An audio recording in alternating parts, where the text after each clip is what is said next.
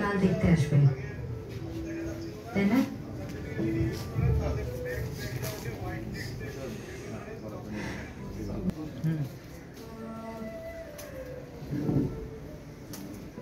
এই ভিডিওগুলোতে জুলাই আন্দোলনে মেয়েরা বিরাট ভূমিকা পালন করেছে। ফ্যাসিস্টদের ব্যালটের সময় দাঁড়াতে ভয় পর্যন্ত পায়নি। আর তুই সাধারণত রকমের সময় দাঁড়াতে ভয় পাচ্ছিস।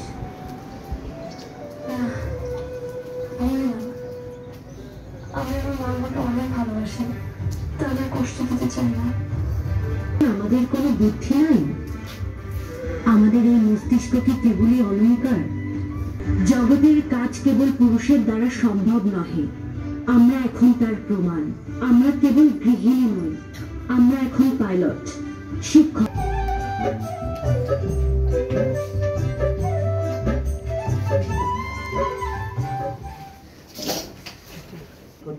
চাচারাও ছিল দিনমজুর, পরিবারে স্থায়ী আয়ের কোনো উৎস ছিল না, তাই মাও সেলাই মেশিনের কাজের উপার্জন সংসারে লাগাতো।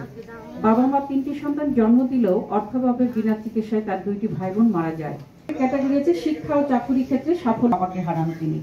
বাবার মৃত্যুবরণ করলে পরিবারে নেমে আসে অন্ধকার। দিশেহারা মা অর্থের যোগান দিতে বাসা বাড়িতে কাজ শুরু করেন।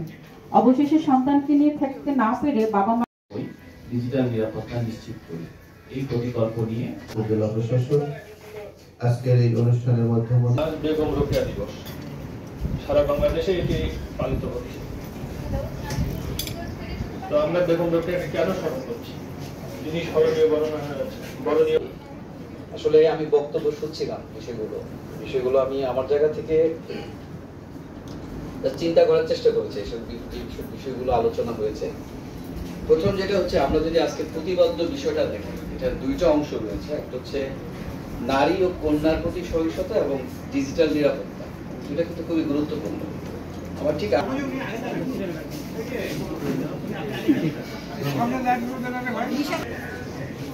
নির্যাতনের দুঃস্বপ্ন মুছে একটু ফ্রেমিং এ আসে।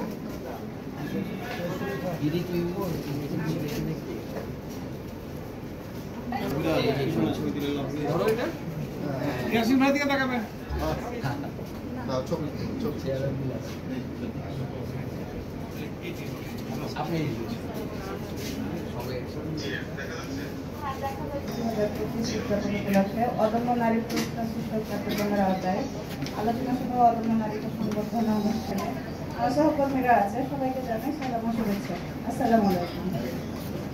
আমি মোহাম্মদ শরীফা খাতুন। আমি একজন নারী উদ্যোক্তা। আমি এটা গর্ব করেই বলি যে আমি একজন নারী উদ্যোক্তা। এ জায়গায় আসতে আমার অনেক কষ্ট হয়েছে, অনেক কিছু পেরিয়ে আমি এ জায়গায় এসেছি। প্রথম থেকে কিন্তু স্বাবলম্বী ছিলাম না।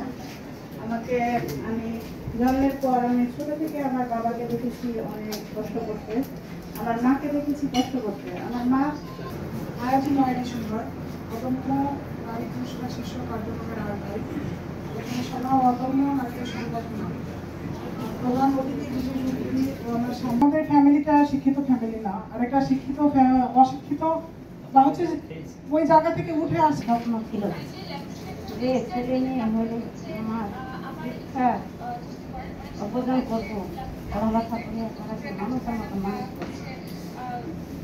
আল্লাহ আমাদের স্বপ্ন সফল করেছেন ইনশাল্লাহ।